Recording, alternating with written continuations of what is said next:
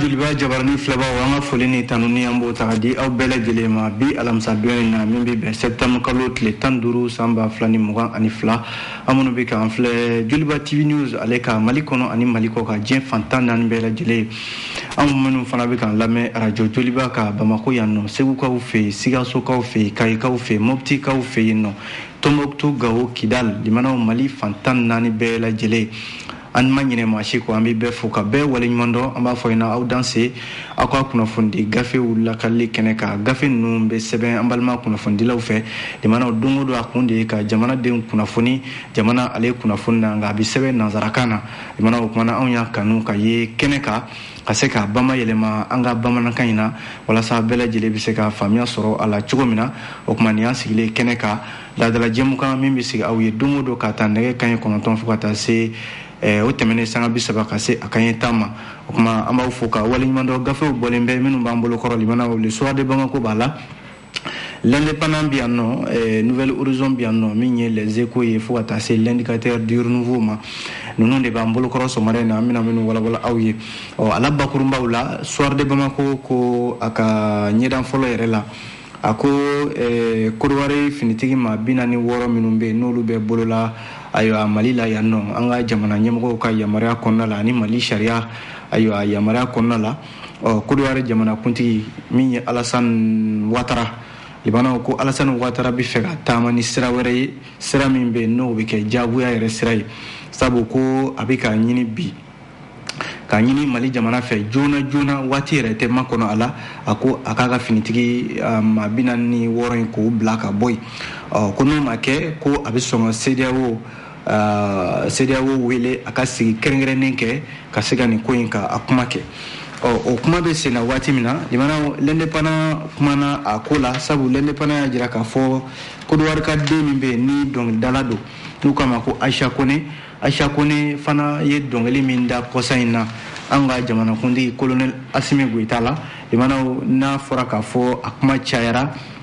minnu be ni olu ye bololo kana mogo ye olu chama ye ayo jalaki be Aisha Kone ka ko wati mina jamana fila be ɲɔgɔnna ko muna dobi to ayo kodware jamana konna la katla ka donglinda ga Aisha Kone ko ale tama dabo kama ale ta dabora de ale ye seko ni donko maye abe fega Assimi Goïta dusukunde salo limana amina nda do ala sisan min ye ale l'indépendant kelina limana ko fagali min kɛra samba flani mugani flakona la bamanchi wale siratigala kanyishi civilu ma no e jamana den gwansan ye limana ko de chara samba flani mugani flani limana ko mo mi ni bonnala o de chara de segali mbora ONG Acled o de yorola l'indépendant ayini sora kona amna wala sisan o mana boy nouvelle horizon fana bien minye nouvelle horizon ye ako kalango nasraula limana tienre la ni wulika joma ke ka kalan kumbe nyina kalanta ani gele abson ado nyona nga minye fana nouvelle horizon ka fela ale ko minye Daouda Doumbia ale mi académie d'enseignement mbe mopti o nyemgo bado ako kalande ma ba keme flani bishegi olu de tika sekata kalanke ni watina la kana balia ya sababu minye nouvelle horizon yo kuma fo nga le nouvelle horizon kelen fana ka kuma la limana jamana nyimogo wati mina o kelen no ka minye français wele jona sigila je kila tomba ka wolamba sanfe oni ko Mali politique maw o tiga demeta ka nyeshin franjela fanga imade o kunye munye nouvelle horizon yo kuma famina ndado la sisan ambora kan dado kalango kuma mina sisan limana ko nyina kalanta abina fo dibi de ba kola sabu mi grève bambalu ye abina fo bolo daledo anga lokol karamogo fe u bele jele be ko ka hakew de nyini e ko ya kuma fo amina ndado ala sisan mi l'indicateur du renouveau ye ami sura ka facile la kalli kuncheni ale ye fana be talike kalandeu no ye sanve lokol de ye ulu ka kunya de ka sanve kalandeu limana de même bitu wa kuye no ye bursu ye ku ga bursu ko akuma chayalindo ni wakati na ko comité ayam flani u ka sanve kalanso flani kama ko FLSL ko lu kon be barabla plengete una kabi jouer kalo temenina ka sabu ke ku tuku ka bursu soro ni wati laban fanana sanve la kol de mbuka wari soro sira mi fe no sama monnaie ko samamone ye laɲini dɔ kɛ laɲini min n'o ye k'a fɔ ni mɔgɔ b'i ka wari la bourse sira ninnu fɛ ko i bɛ se ka juru ta wari min kan ka d'i ma yan'a ka di i bɛ se ka juru ta a la nka n'a a nana kɛ ko bourse dira a bɛ tigɛ ka bɔ a la ko AIM mɔgɔw ko u ma jɛn ni o ye l'indicateur du renouveau y'a kuma fɔ an bɛna an da don a la sisan limanaw ni kunnafoniw la bakurunbaw de ye an bɛ don a kɔnɔ ka walawala min ye le soir de Bamako ale kumana soir de Bamako ko min ye Côte d'Ivoire finitigi ma 49 minnu tora Mali la yan ni u minɛnen don ni ayiwa ka ko ɲɛ bɛ sariya de ka bolo kan nin waati in na limanaw ko ɲininkali min bɛ yen soir de Bamako y'o k'a yɛrɛ la a ka fasiri daminɛ la maa min ye fasiri kɛ Mayimuna Dunbiya a ko a bɛna fɔ Côte d'Ivoire muɲu o bɛ fɛ ka muɲu bɛ fɛ ka tila u la nin waati in na ka sababu kɛ u ka finitigi maa 46 min ni olu bɛ bolola Mali la yan ko kunun ko Côte d'Ivoire jamana ɲɛmɔgɔw Alassane Dramane Ouattara yɛrɛ tun bɛ a jɛrɛ ɲɛma min ye Conseil de sécurité nationale o sigira kunungo a jɛrɛla k'a fɔ hakilila minnu bɔra o ko kɛnɛ kan o ye k'a fɔ tiɲɛ yɛrɛ la Alassane Dramane Ouattara a sɛbɛkɔrɔ dimini don bi kosɛbɛ wa min ye muɲu yɛrɛ ye k'a fɔ ko in a ka lajɛ ji ɲɛma jɔlen na kumaɲɔgɔnya minnu bɛ sen na olu ka se ka kɛ sababu ye ayiwa finitigi minnu bɛ Côte d'Ivoire tɔgɔla Mali la yan n'u minɛnen don u ka se ka bila kumaɲɔgɔnya kɔnɔna la nka a bɛna fɔ Côte d'Ivoire jamana Alassane Dramane Ouattara o ko kɔni bɛn t'a ma wa a tɛ se ka a sen tɛ ka muɲu ka o ko kɔnɔ o de la Côte d'Ivoire jamanakuntigi ko a bɛ wele dakan bila Mali jamana ɲɛmɔgɔw ma joona waati yɛrɛ ti di u ma koyi k'u k'u teliya u k'ale ka finitigiw bila ka bɔ u bolokɔrɔ n'i ye jateminɛ kɛ Alassane Dramane Ouattara ye nin kuma min fɔ a ko n'o ma kɛ limanaw ko a bɛ sɔn ka wele bila CEDEAO yɛrɛ de ma CEDEAO ka jɛrɛ kɛrɛnkɛrɛnni kɛ n'o ye sommet extraordinaire walima réunion extraordinaire limanaw o ye ɲɔgɔn ye balalen ye min bɛ se ka kɛ ayiwa ale ka finitigi maa 46 ka ko ye ka Mali la yan nɔ ni hakilila jigin kɛ soir de Bamako ko nin ko kelen Assimi Goïta kun ye nin kuma in fɔ min ye Mali jamanakuntigi ye waati min na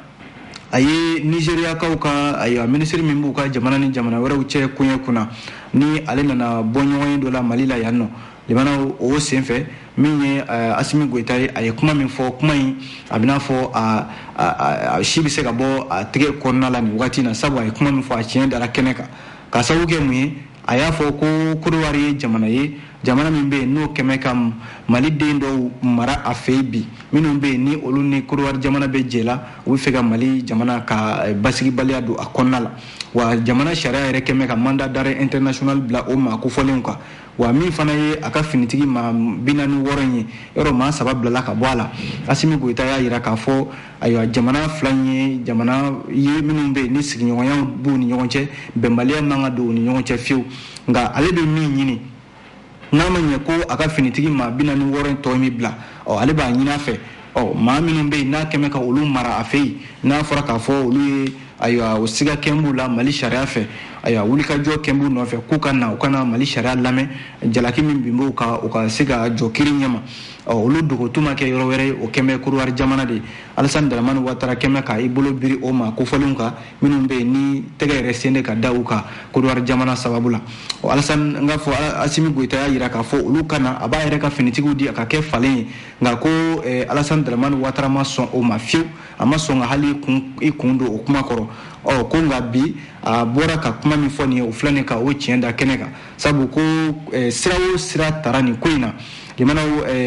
o jamana bɛ i n'a fɔ Togo jamana misali la yɔrɔ ale de sugandira Mali jamana fɛ k'a ka kɛ kuma da ye ka se ka kuma ɲɔgɔnya kɛ Mali ni Côte d'Ivoire ni ɲɔgɔn cɛ ko ni Assimi Goïta kun tɛ fɛ ko in ka kɛ basigi ka don a kɔnɔna la k'a kun tɛ taa Togo jamana nɔfɛ fiyewu a ka kuma ayiwa nin ko la wa Togo yɛrɛ dɔrɔn tɛ bɛɛ lajɛlen y'i da don nin ko in na limanaw k'a daminɛ ayiwa Macky Sall la ale min ye farafinna keleyatɔnba ɲɛmaa ye ka taa se ONU ma a n'a ɲɔgɔnna caman bɛɛ y'i da don nin ko in na nka min ye sariya de limanaw sariya de b'a ka baara la colonel Assimi Goïta y'a jira k'a fɔ n'a ma ɲɛ sariya ko don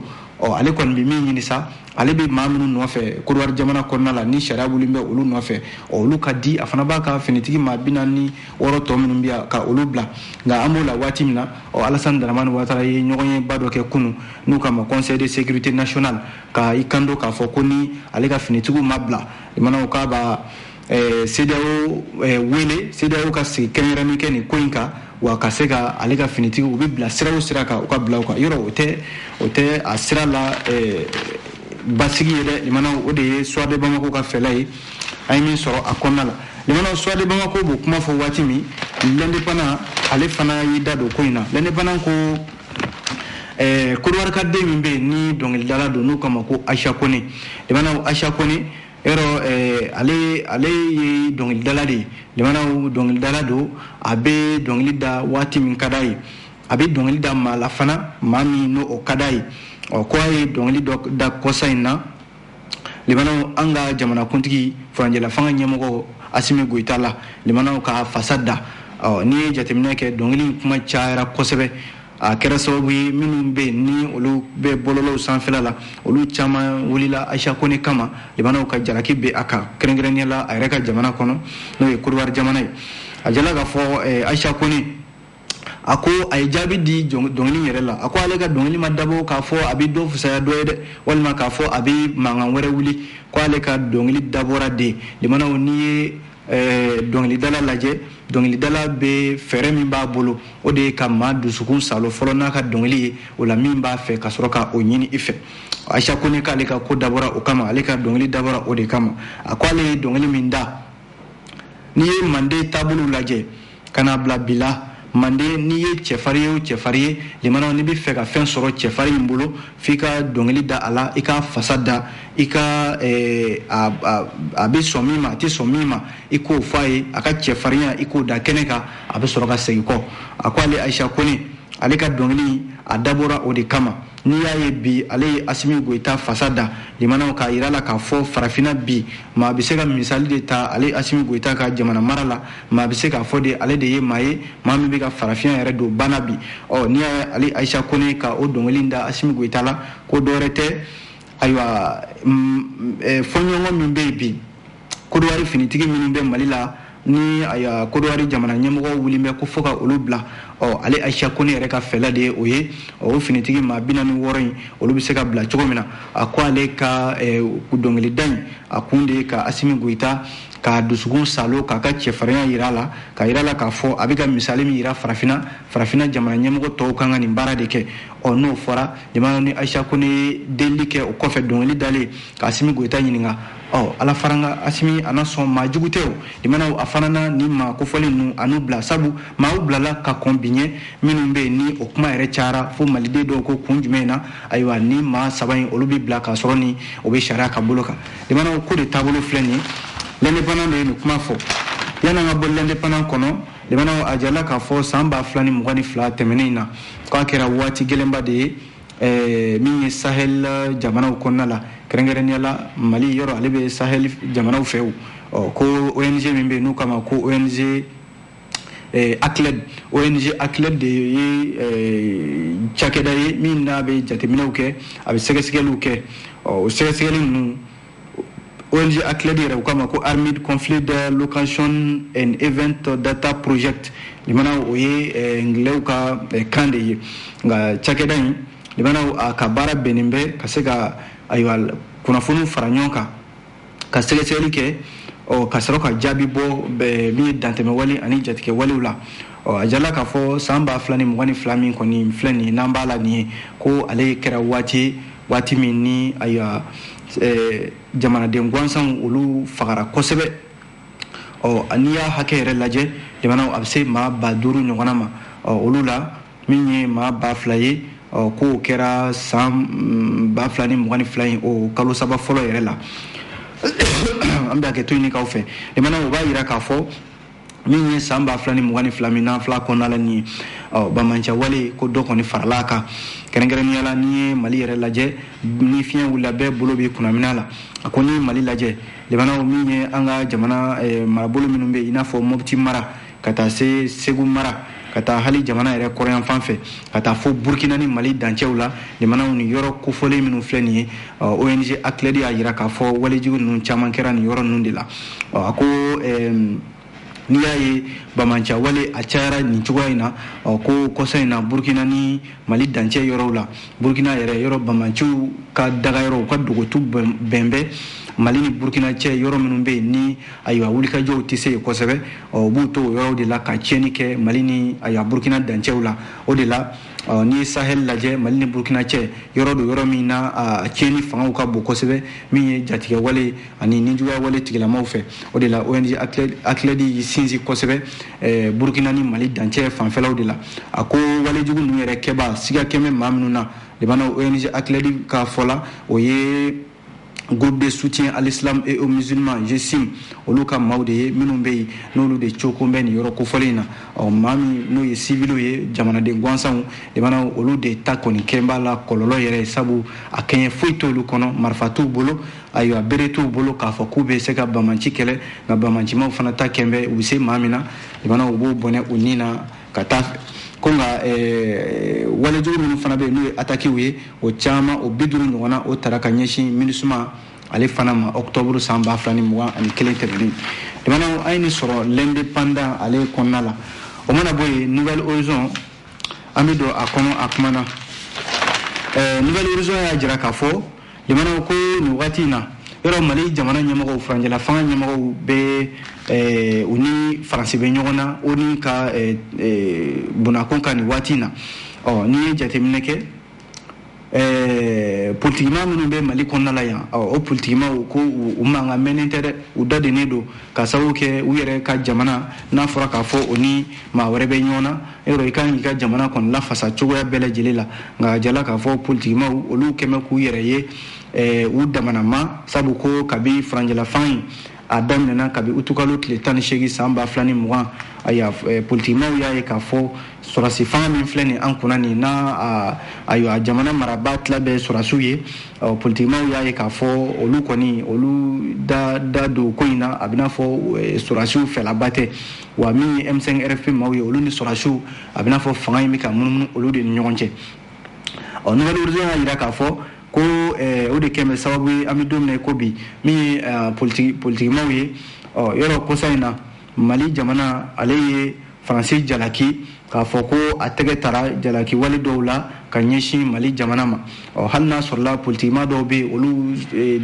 u ma da don a ko la u ma kɔn u ma fɔ nin ma diya n ye walima u ma fɔ nin diyara n ye nka ko jamanaden gansanw ka tɔn minnu bɛ yen n'o ye société civile olu kelen-kelenninw de bɛ yen minnu bɛ ka furancɛla fanga yɛrɛ lafasa nka olu dun limana olu dɔnnen tɛ maaw dun fana minnu bɛ yen ni hali u kumana maa caman tɛ u fɛlaw dɔn nka minnu bɛ yen ni olu ye sama senbaw ye politiciens don u dɔnnen don jamana kɔnɔ limanaw n'u y'u kan legelege fan o fan diɲɛma n'u kan mɛn wa u ka wele da kan a bɛ taa yɔrɔ caman na Nouvelle Horizon y'a jira k'a fɔ olu caman bɛ yen bi olu dadennen don nka min tun kɛra jigisigi yɛrɛ ye ni politigimaw tun y'a jira k'a fɔ o tun ye sira ɲuman ye ni maaw hakili b'a la limanaw n'i ye jateminɛ kɛ politigimaw ni ministère de l'administration territoriale tun ye ɲɔgɔn ye dɔ kɛ mars kalo la san 2022 o ɲɔgɔn ye in na limanaw min ye maître Kasum Tapo ye ale y'a jira k'a fɔ ko furancɛla fanga kun ban bɛ nin de ma k'u kun kɛmɛ ka politigimaw kɛ bolo kɔfɛ fɛn ye ko nka ayiwa min daminɛnen kɔni filɛ ko o na se ka kɛ sira ɲuman ye o fana siratigɛ kelen in na PS yelen kura ɲɛmɔgɔ n'o ye Amadu Koyita ye ale fana segira o kuma kelen de kan a ko tiɲɛ yɛrɛ la politigimaw kun sen bɔra ko bɛɛ la ko nka minɛn dɔ da jɛngɛna a ma bon fɔlɔ taama min daminɛnen filɛ jamana ɲɛmɔgɔw fɛ ko na kɛ sababu ye baara ka se ka don ɲɔgɔn bolo politigimaw ani jamana marabaaw ni ɲɔgɔn cɛ nka limanaw o suma ko o dugumajɛ a yira k'a fɔ jɛkulu min bɛ yen n'u kama ko autorité indépendante de gestion des élections ale maa minnu sigira yɔrɔ politigimaw olu minnu bɛ yen n'u hakili la k'u bɛna y'a kɔnɔna la olu kelen ma ye a kɔnɔ o kɛra sababu ye ka dɔ fara dimi kan tuguni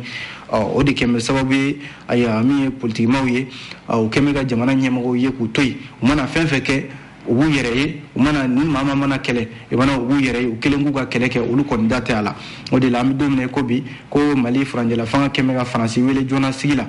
o ni conseil de sécurité kɛnɛ kan k'a fɔ a ɲɛna ko ayiwa a ye a tɛgɛ tara jalakiw minnu bɛ yen ni o ye k'a fɔ a ye bamanciw dɛmɛ waleyaw la walima a ye ayiwa kunnafoni di bamanciw ma o sama-samani bɛ faransi ni mali jamana ɲɛmɔgɔw cɛ o ni fɛ yen bi nka mali politikimaaw caman bɛ yen limanaw olu sen tɛ ka u kun kɔri ka bɛn nin ko in ye u m'a kɔn u m'a fɔ nin diyara n ye bɛɛ kɔni kɛmɛ k'i sigi k'i bolo da i sen kan ka jamana ɲɛmɔgɔ ninnu lajɛ ayiwa kunnafoni filɛ nin ye limanaw an ye nin bɔ nouvelle horizon ale kɔnɔna la o mana bɔ yen eko bi yan min ye eko welewele ye a kumana limanaw eko y'a yira k'a fɔ ko kalanko nasiraw la ɲina kalanta ayiwa ka rentrée scolaire san 2022 ni san 2023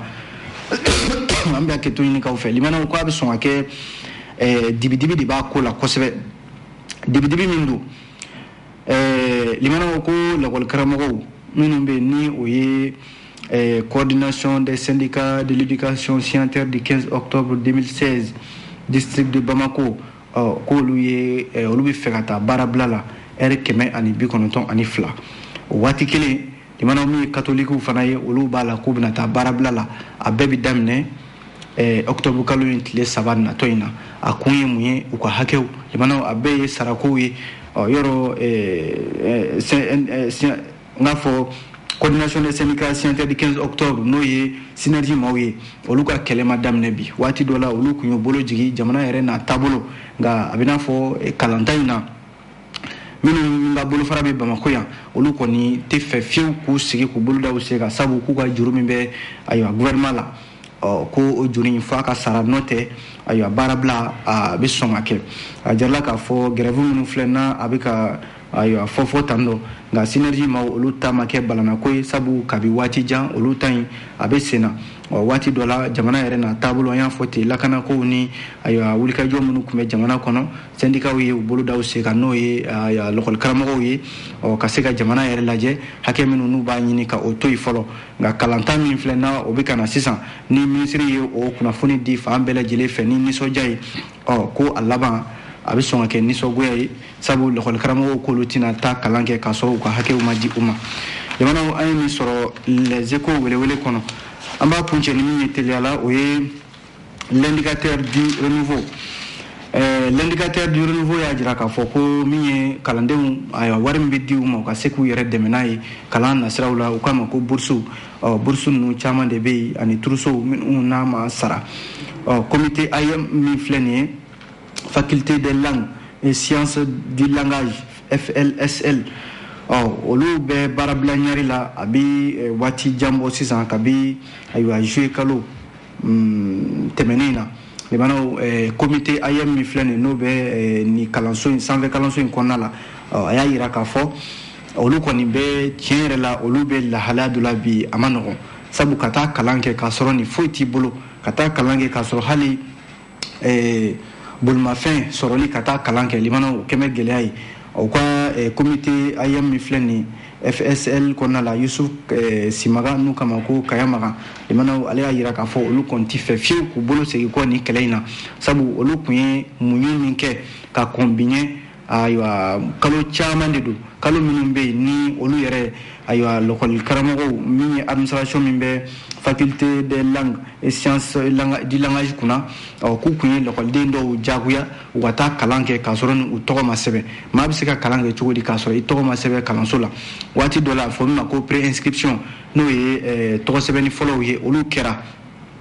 n'o tɛmɛna kɔfɛ i bɛ tila ka na tɔgɔ sɛbɛn yɛrɛ la fɔ min ma ko inscription o kɔni o de ma se ka kɛ fiyewu kalanden minnu bɛ yen ni olu de bɛ nin lahala la o de ka ca caman bɛ yen minnu bɛ yen fana ni administration a ɲini olu fɛ ko u ka examenw kɛ san laban na ko olu bɛ se ka examen kɛ cogo di k'a sɔrɔ ni u tɔgɔ ma sɛbɛn kalanso la kɔfɛ u ka tila ka taa kɛ gɛlɛya ye Yusuf Semaga y'a jira k'a fɔ olu kɔni y'a ɲini kalandenw fɛ maa si kana taa examen kɛ k'a sɔrɔ ni i tɔgɔ ma sɛbɛn ko wa bourse minnu fana bɛ yen n'o kan ka di kalandenw ma limanaw a bourse ninnu kalanden dɔw bɛ yen minnu ka bourse balannen don k'a daminɛ san 2000 ni promotion 2018 promotion 2019 promotion 2020 fo ka se promotion 2021 ma nin bɛɛ lajɛlen ka bourses balannen don bi limanaw a sen tɛ ka di mun na limanaw maa kɔni t'o dɔn nka comité AM min bɛ faculté de langue et sciences du langage kunna ale kɔni bɛ baarabila ɲari la fo fɛɛrɛ de ka sɔrɔ o ko in na